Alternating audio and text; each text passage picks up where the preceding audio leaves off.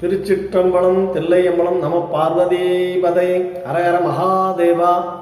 அருட்குருநாதர் சிவஸ்ரீ தத்புருஷ சரவண பவானந்த தேசிகரையா குருவே சரணம், குருவடி சரணம். அன்பார்ந்த வையன்பர்கள் அனைவருக்கும் மீண்டும் வணக்கத்தினை உரித்தாக்கி கொண்டு, திருவருளும் குருவருளும் முன்னிற்க தெய்வ சேக்கிழார் இயற்றிய பெரிய புராணத்தின் வாயிலாக இறைவன் திருநாவுக்கரசரை ஆட்கொண்டது எவ்வாறு என்பதனை பற்றி திருவருளில் துணை நின்று சிந்திக்க இருக்கின்றோம். திருச்சிற்றம்பலம். அதாவது சிவம் பெருக்கும் திருவாமூர் சைவ குழந்தை விதிவயத்தால் சமண தத்து பிள்ளையாய் வளர்ந்து தமக்கை திலகவதியார் திருவதிகை திருத்தொண்டாலும் அவர்களுடைய மனமுருகி வேண்டுதலாலும் திருவதிகை வீரட்டான ஈஸ்வரர் திருவுள்ள பாங்கிற்கு ஆளானார் மருள் நீக்கியார். மருள் நீக்கியாருடைய அவருக்கு சூளை நோயை தந்தார் இறைவர். அந்நோய் நீக்கம் வேண்டி பெரிய சகோதரியாக இருக்கக்கூடிய திலகவதியார் இருக்கும் இடத்திற்கு திருவதிகை கோயிலுக்கு வந்து வழிபட்டார். திலகவதியார் திருநீரடித்து திரு வீரட்டான ஈஸ்வரர் திருவருளை பெற உள்ளே செல்லுமாறு அவபோத குருவாய் அருளினார் தமக்கையார். அப்படி திருவதிகை பெருமான் பெருங்கோயிலை தொழுது வலம் வந்து தரையில் வீழ்ந்து வணங்கினார். நாவுக்கரசர் பெருந்தகை என்னுகின்ற மருள் நீக்கியார். தம்பிரான் திருவருளால் வாசக தீட்சை அருளினார். தம்பிரான் என்ன, அனைத்து உயிர்களுக்கும் தன் பிரானாக விளங்கக்கூடியவர் இறைவன். அதனாலே இறைவருக்கு தம்பிரான் என்ற நாமம் உண்டு. அதன் பொருட்டு தம்பிரான் திருவருளால் வாசக தீட்சை அருளி உரைத்தமிழ் மாலைகள் சாத்தும் உணர்வு பெற உணர்ந்து மருள் நீக்கியார் கூற்றாயினவாறு என விளக்ககிலீர் என்னும் பதிகத்தை பாடினார். அப்பொழுது சூளை நோய் அலைகடலுள் மறைவது போல மறைவது போல மறைந்தது தன்னுடைய சூளை நோய். அதன் பிறகு பாவலுற்ற செந்தமிழின் சொல்வள பதிதொடை பாடிய பான்மையினால் நாவுக்கரசர் என்று உலகெனினும் நின் நன்னாமம் நயப்புற மண்ணுக என்று அகண்டவானில் இறைவர் வாய்மை ஒளி எழுந்தது. அத்தருணத்திலே மருள் நீக்கியார் என்கின்ற நாமமும் சமணர்கள் தந்த தருமசேனர் என்ற திருநாமங்களும் மறைந்து நாவுக்கரசர் என்னும் திருநாமம் ஒளிர்ந்தது. அதன் பிறகு அன்பின் சிகரமான அப்பூதி அடிகளில் பற்றி பெரிய புராணத்தின் வாயிலாக சற்று சிந்திக்க இருக்கின்றோம்.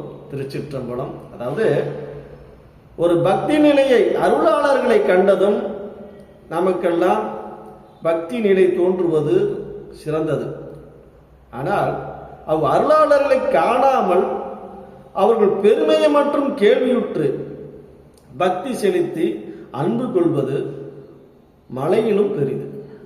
அது போன்ற பக்தியை தான் அப்பூதியடிகள் செய்து கொண்டு முக்தி நிலை பெற்றார். என்னன்னா, திருநாவுக்கரசரை இறைவன் ஆட்கொண்ட அருளும் திறமும் கேட்டு அத்திருநாவுக்கரசரை தன் குருவாக மானசிக குருவாக ஏற்றுக்கொண்டு குருவின் நாமம் செப்பும் சொல்லாலும் தன் வீட்டில் உள்ள குழந்தைகள், பசுக்கள், அளக்கும் கருவிகள் முதலான அனைத்திற்கும் திருநாவுக்கரசர் நாமத்தை சூட்டினார் அப்பூதி அடிகள்.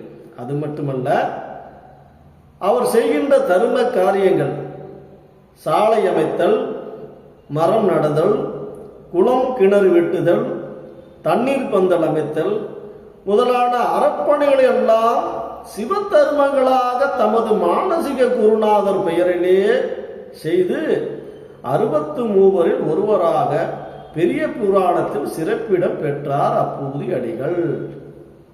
அதுபோல பக்தி வலையில் படுவோன் காண்க என்று திருவாசகத்தில மணிவாசக பெருந்தகை இவரை பற்றி குறிப்பிட்டிருக்கிறார். அறனறிந்து மூத்த அறிவுடையோர் கேண்மை திறனறிந்து தேர்ந்து குழல் என்ற திருக்குறளுக்கு இலக்கியமாய் நின்றார் அப்பூதி அடிகளார். அது மட்டுமல்ல, என் கடன் பணி செய்து கிடப்பது என்பதை நாவுக்கரசின் உளவார தோன்றினால் உலக அறிந்ததுதான். அதுபோல குருவழி சீடராய் அப்பூதி அடிகள் திகழ்ந்தது திருவருள் வைப்பே ஆகும். திங்களூர் திருப்பணியை தெய்வீக திருப்பணியாக இன்றளவும் சமுதாய நலப்பணியாக கொள்ள பலருக்கும் அன்றும் இன்றும் நல்லதொரு வழிகாட்டி பயனாக தந்திருக்கிறது அப்பூதி அடிகளாரின் வரலாறு. அதை மறுக்க எவராலும் இயலாது. அதுபோல ஒரு முறை அப்பூதி அடிகள் வாழுகின்ற திங்களூருக்கு நாவுக்கரசு பெருந்தகை தல யாத்திரையாக வந்து கொண்டிருக்கிறார்.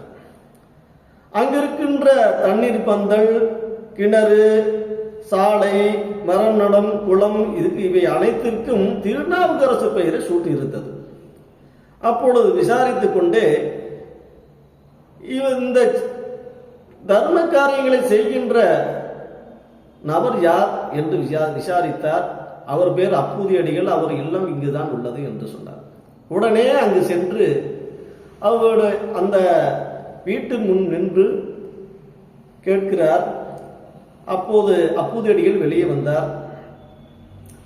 நீங்கள் திருப்பணியை செய்ய வேறொரு பெயர் வைத்து பணியாற்றுவது ஏன் என்று அப்பர் சுவாமிகள் வினவ, அப்பொழுது அப்பூதி அடிகள் சிவபெருமான் திருவருள் முழுவதும் பெற்று வழிபடும் குருநாதர் என் திருநாவுக்கரசர், அவர் திருப்பெயர் வேறொருவர் பெயர் ஆகுமோ என்று அவரிடம் சினம் கொண்டார். எமது நமர் என்று விடையளித்த அப்பூதி அடியார் கூறினார். அதற்கு நாவுக்கரசு பெருந்தகை, அன்பரே, இறைவர் சூளை நோய் தந்து ஆட்கொண்டு உணர்விலா சிறியேன் அடியேன் என்றதும் அப்பூதி அடிகளும் தனது மனைவி, மக்கள், சுற்றம், ஊரார் அனைவரும் வணங்கி திருநீறு பெற்று மகிழ்ந்தார்கள் திருநாவுக்கரசு பெருந்தகையிடம். பின்பு மாகேஸ்வர பூசை ஏற்றருள வேண்டினார்கள். அனுமதி பெற்று மகிழ்ந்தார்கள். பிறகு மாகேஸ்வர பூசை ஏற்றருள உடன்பட்டதும் அரிசுவையினும் பெரும் சுவையாய் அணைப்பெய்து உணவிட தயாரித்தார்கள். அதன் பிறகு நாவுக்கரசு பெருந்தகைக்கு விருந்தளிப்பதற்காக தன்னுடைய மூத்த மகனார் மூத்த திருநாவுக்கரசு வாளை குறுத்து நறுக்கிய போது நாகம் தீண்ட குருத்தலையை கருத்தோடு கொண்டு வந்து கொடுத்துவிட்டு மாண்டான் மூத்த பிள்ளை. அடியாருக்கு அமுதளிப்பதே அரும்பணி என்பதால மூத்த மகன் இறப்பினை மறைத்து உணவளித்த நிகழ்வில் தடுமாற்றம் நேருவதை திருவருளால் உணர்ந்து உண்மை நிலையை கேட்டறிந்தார் நாவுக்கரசு பெருந்தகை. பின்பு தனது மூத்த குழந்தை திருநாவுக்கரசரை உடனே திருக்கோயில் முன்வைத்து நாவுக்கரசு பெருந்தகை ஒன்று கொள்ளலாம் என்ற பதிகத்தை பாடியதும் உயிர் பெற்று எழுந்தார் மூத்த திருநாவுக்கரசர். விடம் தீண்டியவரை பதியம் பாடி பக்தரை சிவனருளால் மகிழ்வித்தார் ஞான பெருந்தகை. அப்பேற்பட்ட குருபக்திக்கு இதைவிட சிறப்பு வேறொன்றும் சொல்லிவிட இயலாது. அதனை தொடர்ந்து சுந்தரர் இறைவனிடம் கொண்ட குருபக்தியை எப்படி எந்த விதத்தில் பார்ப்பது என்று பெரிய புராணத்தின் சேக்கிழார் எழுதிய பெரிய புராணத்தின் வாயிலாக சிந்திப்போம் ஆகுங்க. சுந்தரர் திருக்கைலாயத்தில் சிவபெருமான் அணுக்க தொண்டராய் ஆளாள சுந்தரர் இருந்தார். திருநீறு பெட்டகத்தை தாங்கும் பேறு பெற்றவர் சுந்தரர். மலர் தொண்டில் ஈடுபட்ட போது மங்கையர் இருவர் மயலில் சிக்கியதால் மண்ணுலகில் பிறந்து மனம் முடித்து மகிழுமாறு அனுப்பி வைக்கப்பட்டவர்தான் சுந்தரர். அப்போது தன்னுடைய திருமணத்தில் தம்மை தடுத்தாட்கொள்ள வேண்டும் என்ற விண்ணப்பத்தை சமர்ப்பித்து திருநாவலூரில் அவதரித்தார் சுந்தரர். பின்பு திருவெண்ணை நல்லூரிலே சுந்தரர் திருமணத்தில் அடிமை ஓலையை சமர்ப்பித்து வேதியராக வந்து மீட்டார் இறைவர். சொட்டமிழால் எம்மை பாடுக, அதாவது அச்சனையே பாட்டாகும், ஆதலால் சொத்தமிழால் எம்மை பாடுக என்று இறைவன் அருள, அதன் பிறகுதான் பித்தா பிறை சூடி பெருமானே அருளாளா என்ற தேவாரம் பாடி மகிழ்வித்தார் சுந்தரர்.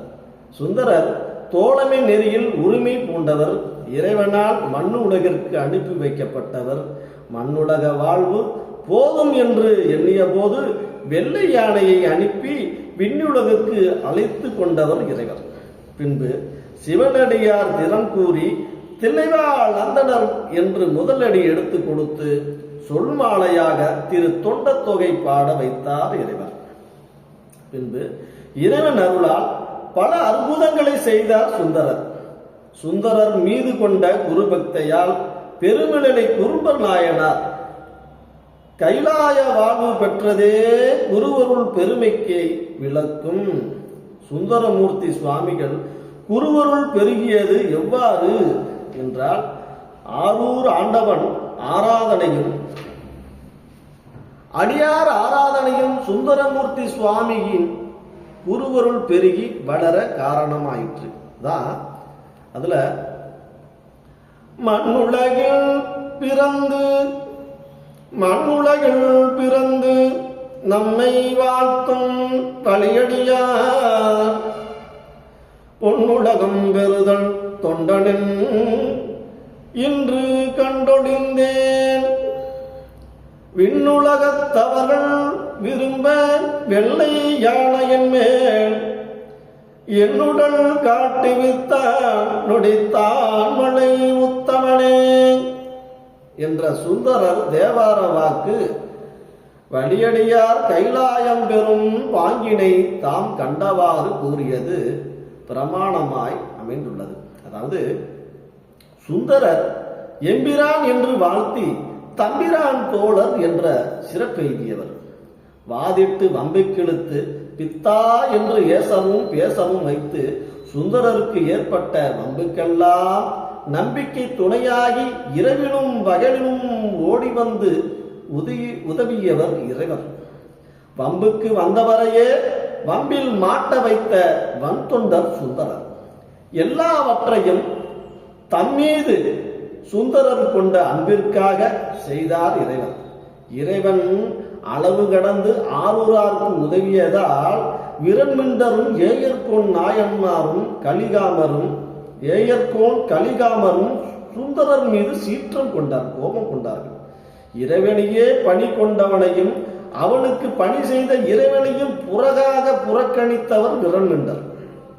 அந்த காலத்திலும் புறக்கணிப்பும் வெளிநடப்பும் நடந்ததால் தான் கோரிக்கைகள் நிறைவேறி உள்ளன என்பதை நாம் நினைத்து பார்க்க வேண்டும். அதாவது எதிர்முகமாக விரண்மிண்டர் செயல்பட்டதால் அதிர்ந்த ஆரூரர் அதற்கு மீள்வதற்காக தில்லைவாழ் அந்தனர்தம் என்று சுந்தரருக்கு அடியெடுத்து கொடுத்தார் இறைவர். அப்படி அடியவர் பெருமையை பாடச் செய்தார் இறைவன். அற்புதம் நிகழ்த்திய 63 வரலாறு அலங்கரிக்கும் திரு தொண்ட தொகையை நூலை பாடினார். ஒப்புயர்வற்ற திரு தொண்டர்கள் குருநாதராய் பவனி வர காரணமாயிருந்தவர் விரண்மிண்டம் நாயனார்.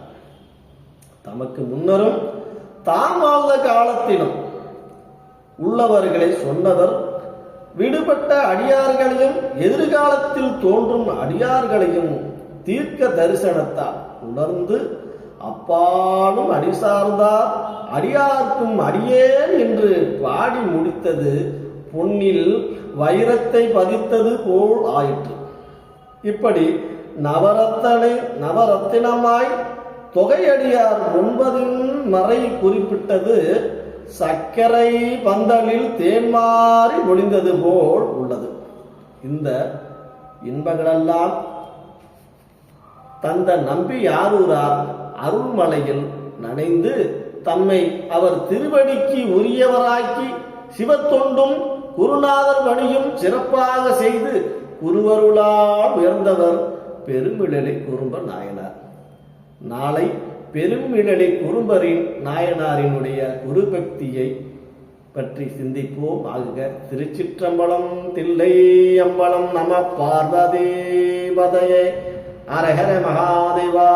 அருள் குருநாதர் சிவஸ்ரீ தத்புருஷ சரவண பவானந்த தேசிகரையா குருவே சரணம். குருவடி சரணம்.